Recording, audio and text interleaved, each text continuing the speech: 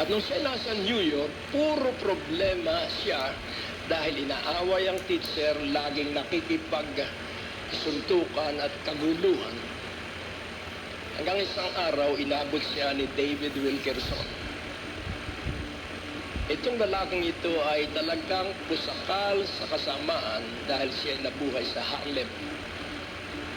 At siya ay nakikipagsaksakan na itatali nila yung dalawang kanilang kamay at magsasaksakan matira ang matibay. At siya ay na-born again. At nung siya ay ma-born again,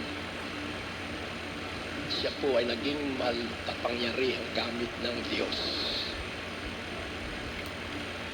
Wala na siyang takot dahil kung nung hindi siya born again, wala siyang takot.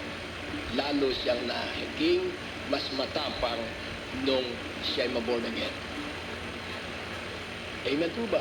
Kaya kung babasahin mo yung aklat, The Cross in the Switchblade, doon po makikita mo si Nicky Cruz na ginamit ng Diyos na makapangyarihan.